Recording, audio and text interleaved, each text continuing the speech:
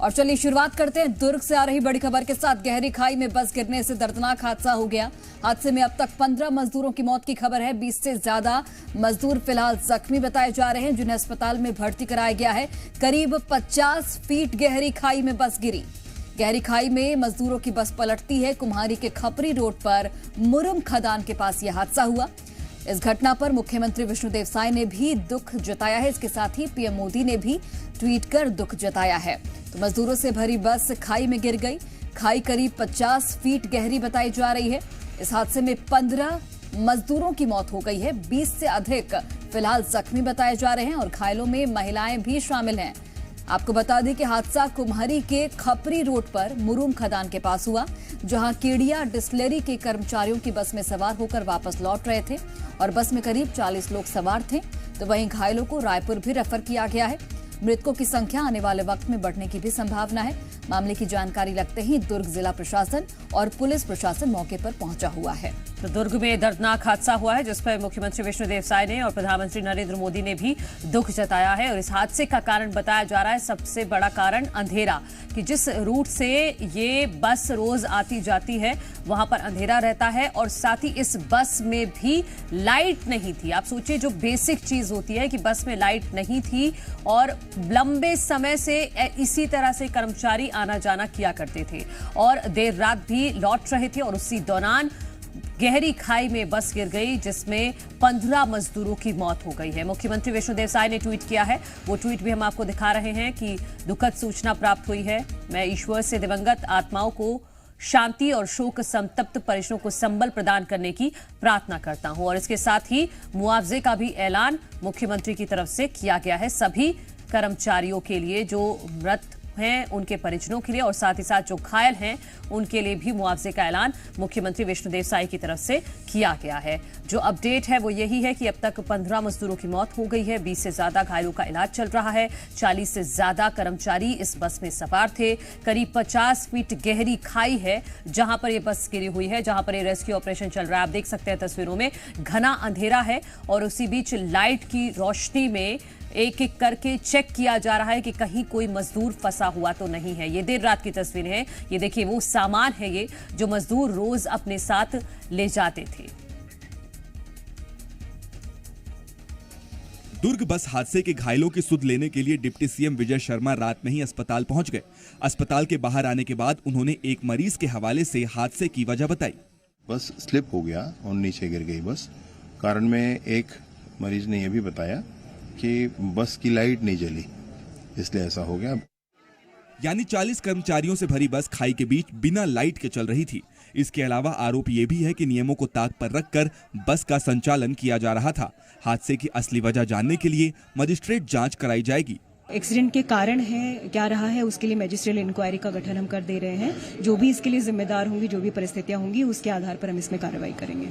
PM Modi ने भी हादसे को लेकर दुख जताया और सोशल मीडिया पर लिखा, हादसे में जिन्होंने अपने प्रियजनों को खोया है उनके प्रति मेरी संवेदनाएं। मैं घायलों के शीघ्र स्वस्थ होने की कामना करता हूं।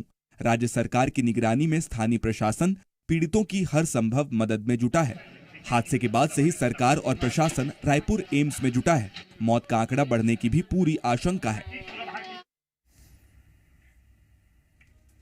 और चलिए इस खबर पर अधिक जानकारी के साथ सहयोगी हितेश शर्मा इस वक्त लाइव जुड़ गए हैं। सीधे उनका रुख करते हैं। हितेश, चूंकि आप जानकारी दे रहे थे इसके पहले कि कंपनी जो बिस्लरी है उनकी ओर से 10 लाख रुपए के मुआवजे का ऐलान किया गया है, क्या पुख्ता तौर पर यह जानकारी मिल पाई है कि मुआवजे का ऐलान कर दिया गया? और ये भी बताइए, चूंकि आप बता रहे थे कि बस को निकालने की कवायद भी चल रही है, उसमें कितनी सफलता मिली है? जी देखिए, बिल्कुल कल हादसा होने के बाद से ही जो बस है वो खाई में अब तक पड़ी है। मोबाइल की रोशनी और मोबाइल का जो टॉर्च होता है उसकी रोशनी में कल एक रेस्क्यू ऑपरेशन चलाया गया।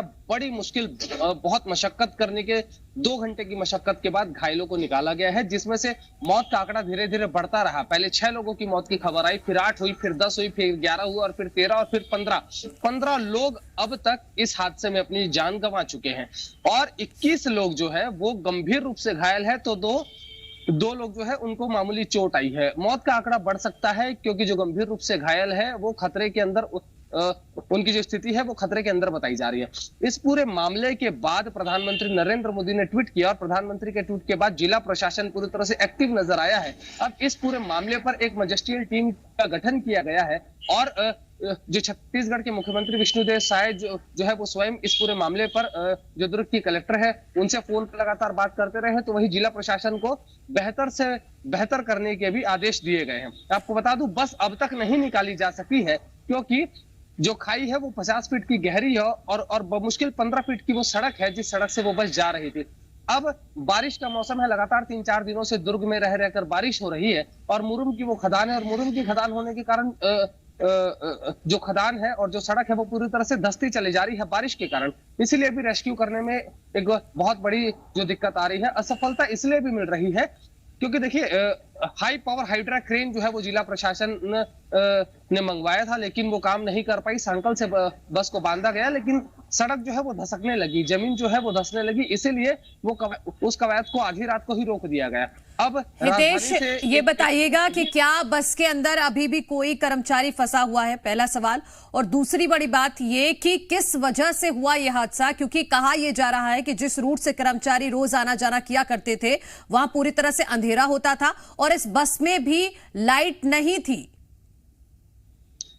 जी देखिए, बिल्कुल केडिया डिस्टिलरी का वो प्लांट है और इस पूरे प्लांट के अंदर कम से कम ऐसी 10 बसें संचालित होती है, ये सूत्रों के हवाले से खबर मिली है।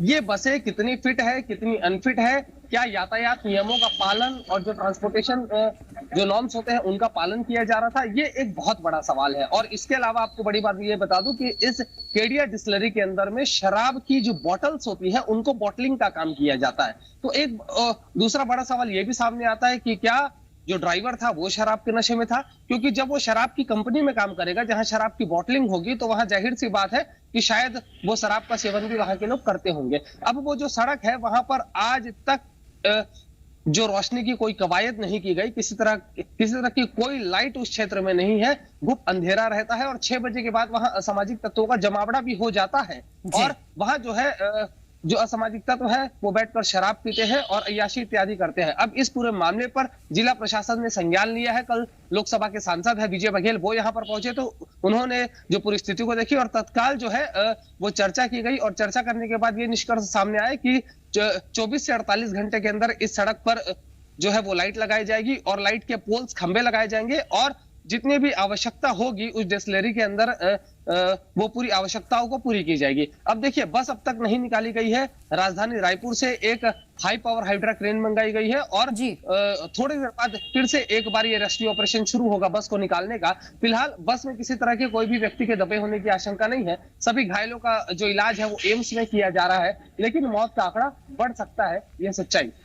ठीक है हितेश, आप नजर बनाकर रखिए, अपडेट के लिए वापस लौटेंगे। फिलहाल आपका बहुत बहुत धन्यवाद तमाम जानकारी हम तक पहुंचाने के लिए। तो बिल्कुल देखिए, यहाँ पर एक भीषण बस हादसा हुआ, 15 मजदूरों की मौत हो गई है, 21 मजदूर फिलहाल जिंदगी और मौत की जंग लड़ रहे हैं। तो बिल्कुल एक बार फिर से करेक्ट कर देते हैं कि जो मुआवजे का ऐलान किया गया है वो कंपनी की तरफ से किया गया है, अभी सरकार की तरफ से मुआवजे का ऐलान नहीं हुआ है। नाम बताइए। संजय चावड़ा। तो मजदूरों के जो परिजन हैं वो भी मौके पर पहुंच रहे हैं, जहां पर दुर्घटनाग्रस्त हुई है वो बस, वहां पर पहुंच रहे हैं सभी अपनों की तलाश में और आगे इससे जुड़ा हुआ अपडेट भी अपने दर्शकों तक पहुंचाते रहेंगे।